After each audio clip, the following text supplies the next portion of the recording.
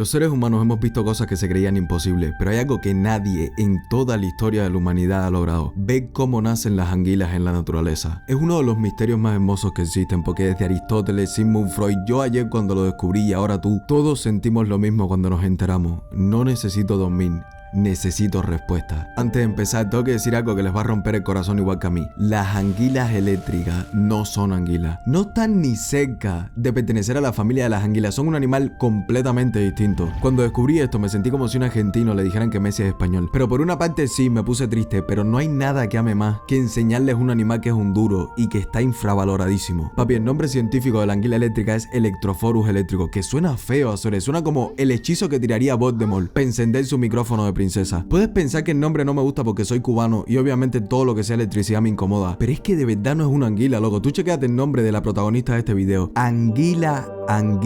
No hay nada en este mundo que sea más anguila que ella, excepto probablemente Peter. El nombre por el que todos la conocen es anguila europea o anguila común, que es una mentira de pinga porque está en peligro crítico de extinción. Ponerle anguila común a un animal que no va a ver que es el One Piece es diabólico. Tiene un punto de cosas interesantes como la respiración cutánea, es decir, cuando estás fuera del agua respira por la piel, pero este video lo estoy haciendo por la pregunta que lleva persiguiendo a los humanos durante siglos: ¿cómo nacen las anguilas? Los egipcios pensaban que las anguilas nacían cuando el sol calentaba el río Nilo. Obviamente se los pasamos porque son egipcios. No les puedes pedir mucho más, papi. Gastaban toda su vida creando pirámides. Pero después de ello opino a alguien que todos conocemos: Aristóteles. Ahora, Aristóteles puede que para muchos sea como un viejo filósofo que hacía lo típico de filosofar y acariciar niños, pero no es. A él lo podemos considerar uno de los padres del pensamiento científico porque el tipo de verdad observaba y analizaba las cosas. Así que cuando se interesó por las anguilas las empezó a diseccionar y se dio cuenta de algo: no tienen órganos reproductores. Tú sabes la locura que fue en aquella época no encontrarle los órganos reproductores a un animal tan grande. Entonces, ¿de dónde vienen las anguilas? ¿Cómo se crean? ¿Cómo nacen? Aristóteles, después de pensarlo durante mucho tiempo, llegó a la conclusión más razonable: nacen a partir de la tierra mojada. También soltó que nacían de las lombrices y de la putrefacción. Sé que quieres burlarte, pero recuerda que Aristóteles vivió 384 años antes de que naciera Jesucristo, que también marcó una etapa importante para las anguilas porque en la Europa medieval había festividades cristianas y los religiosos tenían que seguir la dieta. Es decir, durante las fiestas no podían consumir animales impuros o carne que fueran animales que cingaban, porque según ellos podrían ser un incentivo a la lujuria. El pescado era la excepción y las anguilas, como había muchísimo y nadie podía encontrarle los órganos reproductores, eran uno de los platos principales. Ahora atento al dato: ¿te acuerdas que Aristóteles vivió en el 300 y pico antes de Cristo? No fue hasta 1777, 2000 años después de que Aristóteles muriera, que le encontraron ovarios a las anguilas. Pero ahora faltaba otra cosa: las bolas. Nadie le había encontrado los órganos reproductores masculinos, así que ahí fue el hombre que menos esperaba ver, pero que a la misma vez menos me sorprende: Sigmund Freud. Para que no lo sepa, Freud es el padre del psicoanálisis. Es como la figura en la que piensan todos cuando les dicen psicólogo. Para los que saben quién es Freud, tienes toda la razón, hermano. Yo también creo que no deberían pensar en él cuando les dicen psicólogo. Para un tipo que más tarde en su vida fue conocido por su obsesión con la sexualidad, darle un animal a que se le han encontrado los ovarios pero no los testículos, y se lo tomó personal. Así que se fue a Italia con una misión: encontrarle las bolas a un bicho alargado. Esto fue un momento muy importante para la historia porque años después inspiró la creación de una obra que seguramente has visto una vez en tu vida: Dragon Ball, más concretamente la saga F, Anguila Freud. En Italia, como era de esperar, se volvió loco. Todos los días iba a puerto a comprar la mayor cantidad de anguilas para luego diseccionarlas y darse cuenta de que no tenían órganos reproductores. Según lo que he encontrado, dice que llegó a diseccionar 400 anguilas y al igual que en un concierto de Taylor Swift, ahí no había bolas por ningún lado. Se fundió a tal punto que en 1876 le escribió una carta a un socio como diciéndole: solo puedo pensar en las bolas de las anguilas, y se rindió con su búsqueda. Muchos dicen que esto ayudó a que luego se convirtiera en el obsesivo que todos conocemos, pero a mí solo me hizo darme cuenta que las anguilas en verdad están pegadísimas a la psicología humana desde hace un puntazo de tiempo. Es más, hay una película que se llama La cura del bienestar y siempre me pregunté por qué quedaban tan bien las anguilas con todo ese tema. Aparte, me gusta que las anguilas despertaron una obsesión en Freud y en mí, porque ver a mi Ago rodeada de anguilas de chamaquito despertó una parte de mi cerebro que solo ha ido empeorando. Tuvieron que pasar 20 años para que finalmente alguien encontrara una con órganos masculinos, pero la verdadera pregunta es: ¿cómo se reproducen si solo se encontró una en más de 2000 años? Y aquí es donde empieza lo más loco sobre las anguilas que no te he mencionado hasta ahora: sus 5 evoluciones. Papi, son tan diferentes que los científicos pensaban que era un animal completamente distinto. La primera etapa de su vida y mi favorita es la del ectocéfalo. Hermano, cuando vi esto por primera vez, yo no me creía que una cosa tan linda de verdad existiera y mucho menos que fuera una anguila. Yo de chamaquito me imaginaba que le daba vida a todas las cosas que tocaba y los lectocéfalos es como pensaba que se vería el vidrio si le dieras un arma. Encima me encantan porque porque no han desarrollado casi ningún órgano, tipo su cerebro parece una gotica de leche, pero tienen unos clase ojazos. Ahora entiendo por qué me dijiste que te parecía tan interesante el tema. Amando tantísimo las plantas, ver un animalito que parece una hoja de cristal y que lo único que ha desarrollado son unos ojos para el chisme, despertó algo en ti. La etapa de vidrio chismoso no es solo de la anguila europea, sino de todos los anguiliformes, y papi, es de las cosas más lindas que he visto. Parecen como una especie de animal tipo fantasma. Y tengo una teoría. Como no se saben dónde nacen, las anguilas tienen que nacer en un lugar feo con pinga onda, el barrio más crudo del planeta, porque lo que más desarrolla son los ojos, y todos tienen pinta de que están traumatizados. Créeme, esa mirada no se desarrolla sola. Esta gente ha visto horrores más allá de la comprensión humana. Cada carita es más de qué pinga acabo de ver, bro. Tienen hasta lágrimas. Yo no sé por lo que estén pasando, pero mis chamacos no merecen ese sufrimiento. Y nadan como asustaditos, hacer. Hay uno que le está dando las dos aleticas, como si toda su vida dependiera de moverse ese milímetro. Pero la historia de cómo descubrieron de dónde venían es lo más autista que he escuchado en mi vida. Al principio se creía que los leptocéfalos eran un animal completamente distinto a la anguila. Más que nada porque no se parecen un carajo y las anguilas están en agua dulce, mientras los leptocéfalos viven en el mar. Cuando descubren que era la etapa larvaria, los biólogos dicen no. Entonces las anguilas vienen del océano. Estamos más cerca de descubrir su secreto. El problema, que para saber de qué parte del mar vienen, tienes que romperte la cabeza buscando unos bichitos transparentes que no llegan a los 30 milímetros. Pero cada vez que tú digas no hay nadie que perdería el tiempo haciendo eso, siempre hay alguien con una condición no diagnosticada que está dispuesta a hacerlo. Cuando hablen de las anguilas, en mis libros no hay nadie más obsesionado que Johann Smith. Este tipo se metió 18 años buscando de dónde venían las anguilas, pero no desde un laboratorio. En 1904 el loco este cogió un barquito y dijo, voy a buscar leptocéfalos, y empezó a recorrerse todas las costas del mar Mediterráneo. Después de eso llegó a las Islas Feroe y se encontró por primera vez un leptocéfalo en el océano Atlántico. Esto quiere decir que había larvas de anguila más allá del Mediterráneo. Obviamente no estuvo 18 años seguidos en un barquito. En 1913 tuvo que parar por un pequeño problemita llamado Primera Guerra Mundial. Después de terminar la guerra en 1920, volvió a coger su barquito y se recorrió el mar Atlántico haciendo la hazaña más autista que he escuchado en mi vida. Porque tú te estarás preguntando, ¿cómo cojones van a encontrar el punto de donde vienen los leptocéfalos? Mientras más chiquitico, más cerca del lugar donde nacen. Papi, es un razonamiento tan simple que me sorprende que de verdad haya funcionado. No sé si son unos genios o simplemente unos completos desquiciados. Tiraban la red al agua y iban midiendo cada leptocéfalo que atrapaban. Y lo peor de todo es que lo lograron. En 1922 descubrió que los leptocéfalos venían de un lugar llamado Mar de Sargasso. Pero lo más increíble es que no vio ni una sola anguila, ni una, papi. Capturó un bulto de leptocefalitos,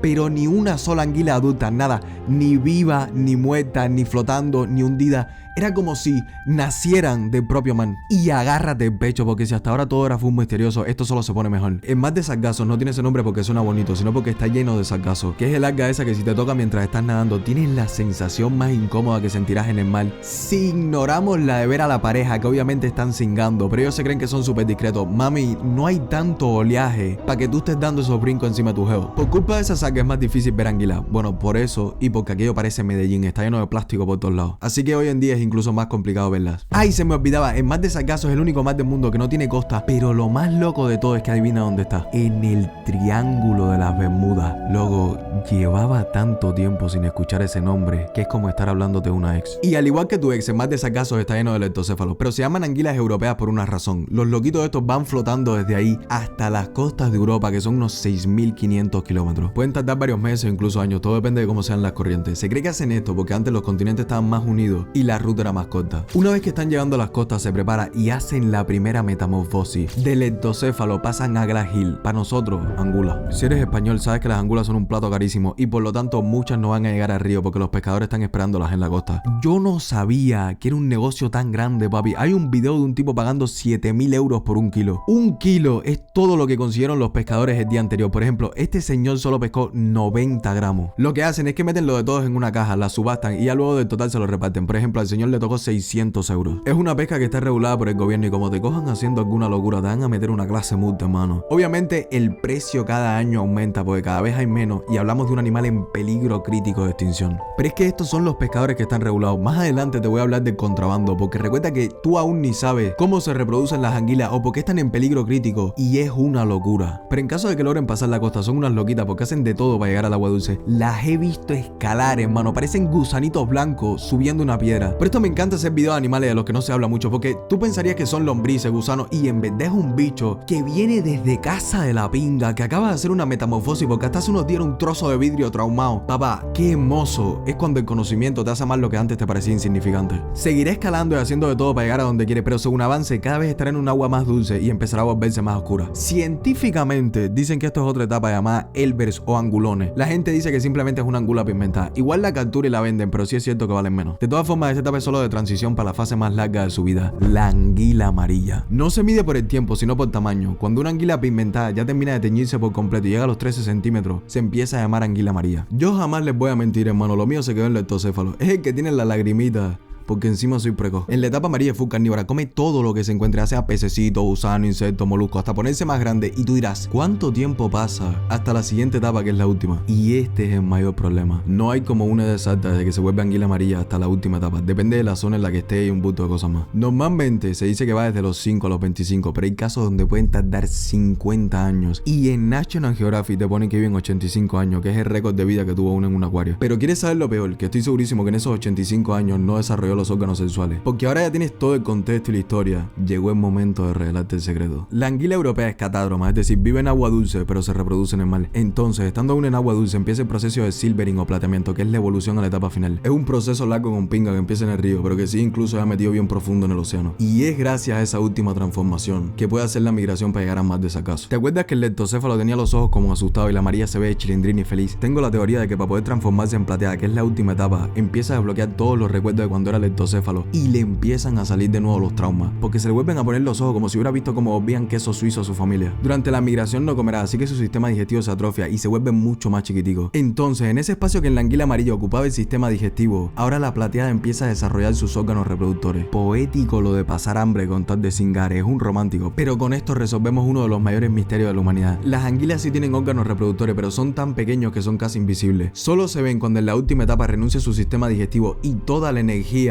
le empieza a mandar para que le crezcan. Pero como esto ya pasa lejos de las costas, por eso no pueden encontrar ninguna con los órganos desarrollados, porque las que tenían bolas y ovarios las habían desarrollado en lo profundo del océano. Lo más increíble de todo es que esta última etapa solo se alcanza cuando sabe que va a ser el último viaje de su vida, cuando sabe que no necesita el sistema digestivo porque no va a regresar. Tú probablemente estés pensando, loco, ¿por qué si está en peligro crítico no crean como centros para reproducirla y así aumentar la población? Papi, no pueden, nadie ha logrado reproducirlas en cautiverio de forma estable, y esto nos lleva a todo el problema del contrabando. La Guardia Civil en España tiene videos donde encuentran 18 toneladas de anguila que iban a mandar a China por un valor de 20 millones. Porque ya no es que solo valga la anguila, sino que tapas más grandes también son un plato carísimo. Entonces esas que cogen aún chiquiticas las mandan para granjas en Asia, pero obviamente como no las pueden reproducir, son granjas de engorde. Y yo sé que los mataderos de pollo, cerdo, vaca son crudísimos y los de las anguilas no se ven tan traumatizantes, pero igual me da una ansiedad de pinga, porque para alimentarlas las encierran en un lugar más apretado que donde normalmente están. Tipo, ver un animal que toda su personalidad es estar tranquilito, tan estresado, me molesta con cojones. Si la palabra estrés se pudiera ver, se vería así. Los videos que te estoy poniendo son de anguilas japonesas, pero el método para engordarla es el mismo. Además, a la anguila japonesa se han logrado reproducirla en cautiverio, mientras que la europea no. Han intentado imitar las condiciones que hacen que cambien de amarilla a plateada, pero solo cogen la forma, no llega a la madurez sexual. La única manera en que han logrado que alcance la madurez sexual es hormonándola. Onda, les meten hormonas para obligarlas a reproducirse. A mi forma de ver, esto es como darle una Viagra a un viejo, hormonar a una mujer, encerrarlo y luego decir que así es como nos reproducimos. Encima, perfecto, han logrado que se reproduzcan. Ningún leptocéfalo llega a convertirse en anguila, todos se mueren antes. A la anguila japonesa logran reproducirla en cautiverio al 100% sin que se les muera. Onda, de leptocéfalo a anguila. Seguramente la ciencia avance y en algún momento logren hacerlo con la europea. Pero la cosa es que todo eso me da igual. Lo que yo no quiero es que se descubra cómo nacen en la naturaleza. Loco, es uno de los mayores misterios del mundo. Ni un solo humano ha visto cómo se reproduce o cómo nacen las anguilas en su hábitat. Y no es por falta de interés, llevamos siglos investigándola. En 2022 le pusieron GPS a varias anguilas en las Islas Azores y dieron señal en el mar de Sargasso, confirmando por primera vez que efectivamente Johann Smith tenía razón. Van ahí a reproducirse. Millones de anguilas han ido a mar de Sargasso a reproducirse. Lo sabemos desde hace un siglo y nunca se ha visto nada. Nadie ha visto cómo se reproducen, ni su comportamiento, ni nada. Llevamos miles de años resolviendo poquito a poco cada uno de los misterios de la anguila y aún no hemos podido resolver el último. Si alguno de verdad quiere aceptar que el fin del misterio es meterla en un laboratorio y hormonarla para que luego las crías se le mueran, perfecto. A mí me parece un concepto tan aburrido que jamás voy a decir lo que pasa antes de que existan los leptocéfalos. Amo que se utilice la ciencia para protegerla y aumentar su población, pero es tan hermoso que a día de hoy haya un misterio en este cingado mundo donde todo está descubierto. Desde que empecé el video no paro de pensar que antes era más divertido hacer. Onda, todos ustedes no están echando teorías de cómo un animal nace en el fondo sin que nadie lo vea. Simplemente dirán como, bueno, el macho llega y se clava a la hembra, listo. O si sabes un poco de peces tirarás otra teoría. Pero serían aburridísimos, bro. Siento que si yo llegara con Aristóteles y le dijera, tote hacer lo de que salen del barro, descártelo, ya está demostrado que no es así. Pero ahora hay una situación que es 1000 veces más interesante. Aún con la tecnología de hoy en día y pudiendo reproducirlas en el laboratorio, no hemos podido verlas reproducirse en la naturaleza. No sabemos cómo lo hacen. Es como si se desvanecieran en el fondo del mar y luego solo aparecieran sus crías. No vemos ni cuándo llegan, ni qué es lo que hacen ahí abajo, ni sus cadáveres. Literalmente, es como si desaparecieran. Papi, Aristóteles siento que empezaría a soltar las mayores estupideces, pero sería tan divertido, hermano. Me miraría a los ojos y full serio me diría, las anguilas plateadas van a morir en el pelo púbico de una diosa marina, representando así que el mar envejece porque le salen canas en la concha. Y yo estaría llorando de la risa, hermano. Sería tan divertido, brother. Papi, nadie en este cingado mundo ha visto cómo nacen las anguilas europeas en la naturaleza. Decirme lo que han visto los científicos en un laboratorio es totalmente válido, pero tienes que aceptar que es aburrido con cojones. Por ejemplo, si yo fuera filósofo, diría que la anguila plateada no es la última etapa, es la última que hemos visto. Pero en lo profundo del mar, antes de morir, se vuelve gigante y le cambia la piel, le salen escamas como si fuera un dragón, pero sin patas y sin alas, como si fuera una serpiente gigante. Y esas escamas se le empiezan a despegar del cuerpo, convirtiéndose en leptocéfalo, así hasta que no le queda ninguna y lo único que queda de ella es un cuerpo transparente que se va hundiendo en el mar.